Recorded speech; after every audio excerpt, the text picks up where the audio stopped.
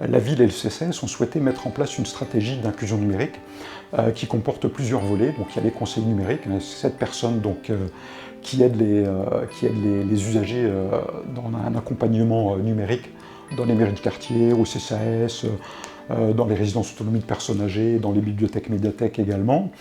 On a constaté qu'il y avait de plus en plus de personnes qui avaient des difficultés avec le numérique.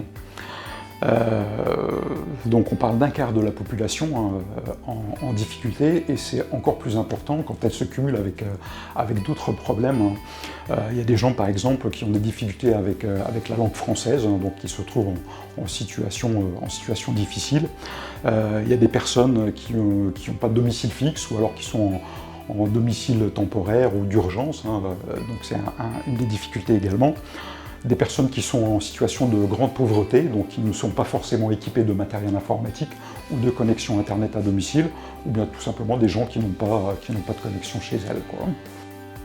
On a souhaité les mettre en place tout simplement parce que déjà ça permettait d'offrir à des personnes non connectées ou non équipées une connexion à Internet, mais une connexion sécurisée, dans un endroit qui inspire confiance, et un endroit dans lequel elles peuvent avoir toute une confidentialité qui est garantie, parce qu'on manipule quand même des données qui sont personnelles sur son espace CAF, sur ses impôts, etc.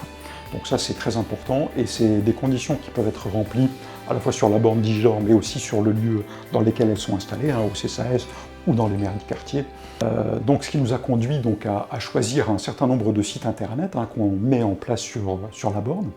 Donc ce sont des sites internet sur lesquels les gens peuvent se connecter sur leur espace personnel, d'où la confidentialité qui est importante.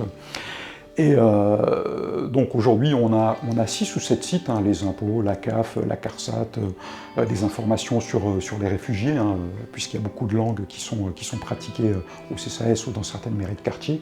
Donc ça c'est important. Et donc on a choisi le matériel de Digilor parce que déjà il garantissait l'ergonomie, c'est quand même facile de prise en main.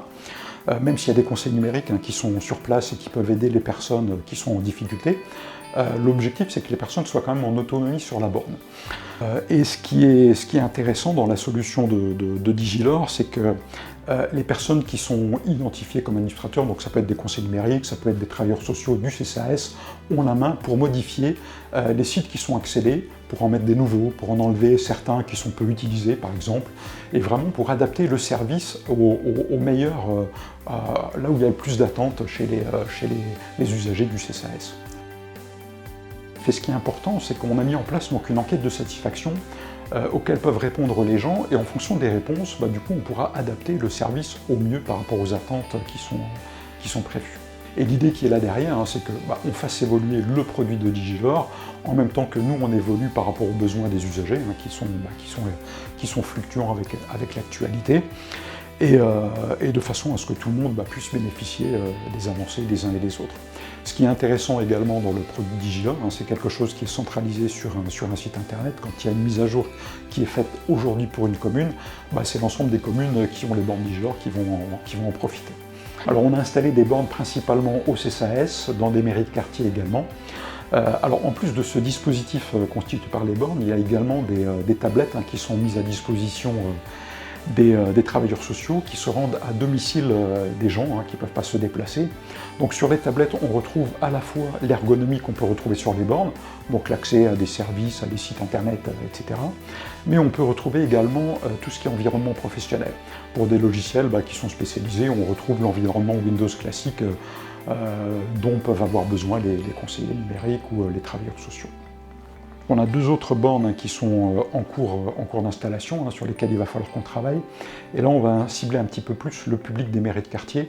Et dans certaines mairies de quartier, donc, il y a la population qui est très hétérogène d'un point de vue langue. Il y a plusieurs nationalités qui sont présentes. Et il faut qu'on travaille avec les associations de quartier pour définir au mieux le service à mettre en place sur la borne.